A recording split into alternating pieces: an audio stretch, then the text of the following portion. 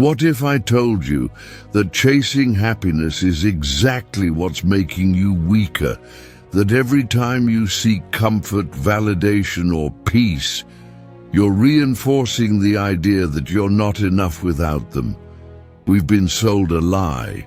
That happiness is a goal. That joy is the measure of a good life. But the Stoics knew better. They didn't wake up asking, "Will I feel good today?" They woke up asking, "What will I endure with dignity? What will I face without breaking? What will I command in myself?" You don't need to be happy. You need to be unshakable. Because when the storm comes, and it will, it's not peace you need. It's presence. It's control. It's silence so sharp it becomes power. This is where that power begins. You wake up tired. Not from lack of sleep, but from the quiet, constant weight of expectations. You check your phone. A flood of highlight reels, success stories, and dopamine bait. In seconds, your mind is no longer yours. Now you're comparing. Now you're chasing. Now you're already behind. And before your feet even touch the ground, the trap is set. The happiness trap. It doesn't come with pain. It comes with noise. It doesn't scream. It whispers, "Just a little more, and you'll feel good." More success, more praise, more moments that feel like meaning. But every time you chase happiness, you lose something far more valuable. Presence, power, precision, the ability to stand in this moment, clear, grounded, and ready. Because happiness, as it's sold today, and is not clarity, it's sedation. It teaches you to escape discomfort, not endure it. To numb the noise, not lead through it. To chase a feeling instead of mastering your state. But the Stoic sees through the illusion. Marcus Aurelius wrote, "The happiness of your life depends on the quality of your thoughts. Not your mood, not your possessions, not how others treat you, but the silent discipline of how you respond to chaos, to pressure, to self-doubt. The world will keep throwing bait, the ad promising joy, the guru selling peace, the dopamine, it wrapped in fake purpose. But you must become harder to seduce. You don't eliminate the happiness trap by achieving more. You eliminate it by training your perception, by deciding before the day begins, I will not be moved by noise. I will not be led by cravings. I will not measure my worth by how good I feel. This is the beginning of freedom. And it starts with clarity, not in theory, but in action. So here's your first drill, the noise audit. Today, pay attention. What are the 3 moments where you lose yourself without realizing? Is it checking social media in the first hour of the day? Is it the loop of overthinking after someone ignores your message? Is it the shallow escape into music, food, or fake?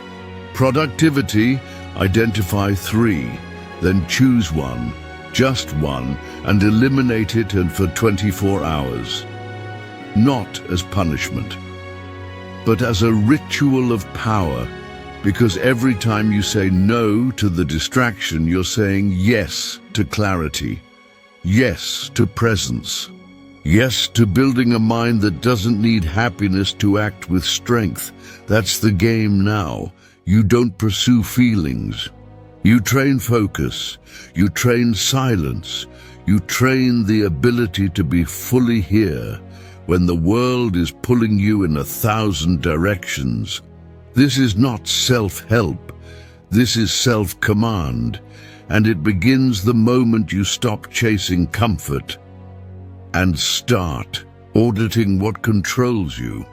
So ask yourself, what are you feeding your mind, and what would happen if today you fed it nothing but stillness? You say you're tired, but most days it's not your body that's exhausted, it's your nervous system, burnt out by reacting to everything. A delayed message, a cold look, a mistake at work, a headline that wasn't even meant for you. Every little thing becomes a spark. And before you realize it, you're already burning, reacting fast, thinking shallow, saying things you don't mean, just to feel in control again. And maybe the world calls that normal.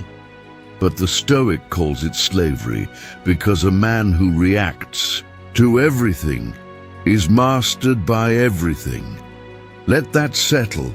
He is mastered by the comment, by the algorithm, by the traffic jam, the snub, the passive-aggressive tone of a stranger. And the most dangerous part? He believes it's just how he feels, as if every emotion deserved obedience. But the Stoic knew the truth, that feeling something doesn't mean you owe it your action. Emotions aren't commands, they're signals, and your power begins the moment you stop obeying them blindly. Epictetus taught this with brutal clarity. It is not things that disturb us, but our judgments about those things. So what does that mean today? It means that pain isn't caused by the world. It's caused by your interpretation of the world. You can't stop your boss from being rude. You can't stop your partner from being cold.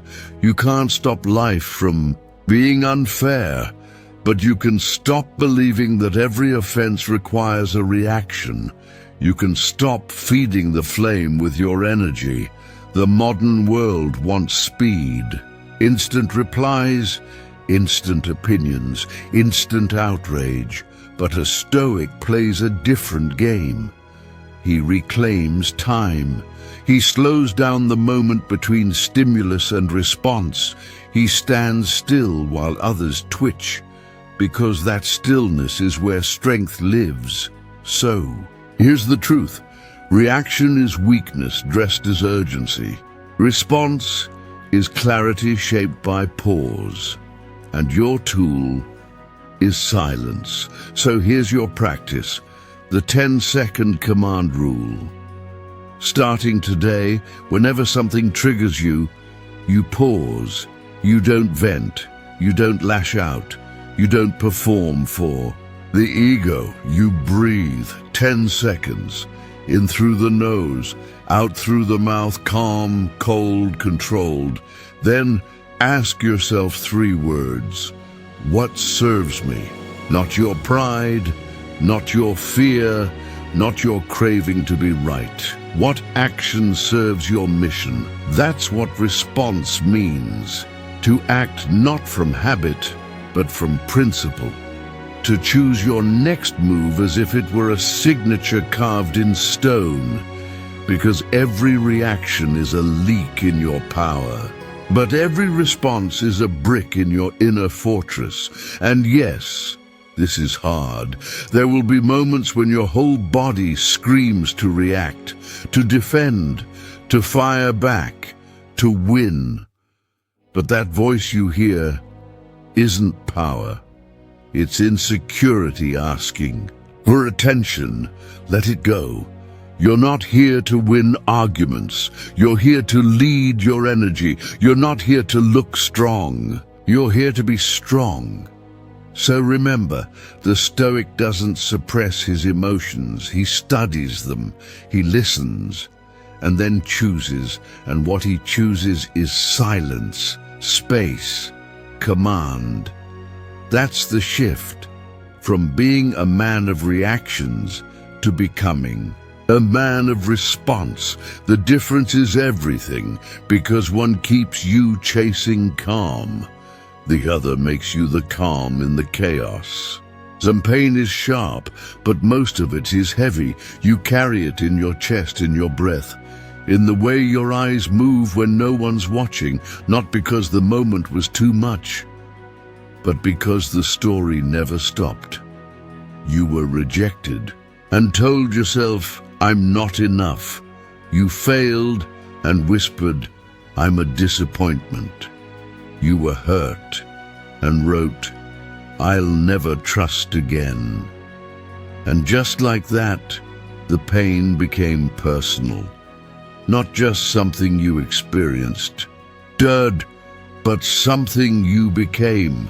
That's the silent trap. We suffer twice. First from the wound, then from the meaning we attach to it. But the Stoics taught us a different way, a cleaner way, a way to suffer without drowning in narrative, because not all pain needs a story. Some pain just needs to be faced and released. Seneca wrote, "We suffer more often in imagination than in reality." He didn't mean we invent everything. He meant we inflate it, we relive it, we rehearse it, we weaponize it against ourselves. But clarity doesn't come from reliving the wound. It comes from reducing it to what it really was, not what it meant, not what you feared, not what your ego shouted in the silence, just the raw data. Something happened. You felt something. Now you choose what stays and what doesn't. That's where freedom begins. So here's your practice, the Stoic journal drill. Tonight, take 5 minutes, no distractions, and write the truth of one moment that hurt, 3 lines. Fact: what actually happened without judgment. Feeling: what you felt, raw and honest. Focus: what's in your control now. Example: I didn't get the job I wanted. I felt small, like I don't matter. I can sharpen my craft. I can train harder. I can move. That's it. No drama, no loops, just clarity. You can feel everything and still act with strategy. You can grieve and still move forward with precision. You can honor your scars without making them your identity, because your suffering isn't sacred, your mission is. And if you want to be unshakable, you have to become ruthless about what you carry forward. Some memories are just pain dressed as nostalgia. Some stories are just noise with a personal echo. Cut them, not because you're cold, but because you're ready to live unburdened, to act with clean energy, to see life for what it is, not what fear painted it to be.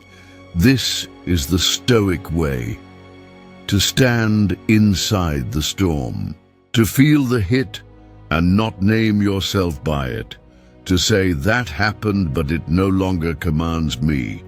Suffering ends when ownership begins. You can't control what happened, but you can command how it lives inside you. So tonight, write it. Not to relive the pain, but to release it, to break the loop, to strip the story down to truth and move like a man in control of his own weight. Because you are not your past. You are the man who chooses what it means and what comes next. The world will not get quieter. The pressure won't pause. The deadlines won't ease. The people around you won't suddenly change. And yet, most men live waiting for that miracle. Once things calm down, then I'll breathe.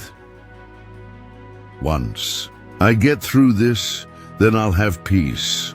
But peace that depends on external silence isn't peace. It's a pause. It's survival. A Stoic knows better. He doesn't wait for the storm to pass. He builds his house so the storm has nowhere to enter. He becomes inhabitable to chaos It doesn't mean he feels nothing. It means he stops offering his mind as a playground for noise. It means his inner world is not shaped by the weather, but by will. Marcus Aurelius said, "You have power over your mind, not outside events. Realize this, and you will find strength." That's not just a quote. It's a blueprint. So what does it look like to become unshakable?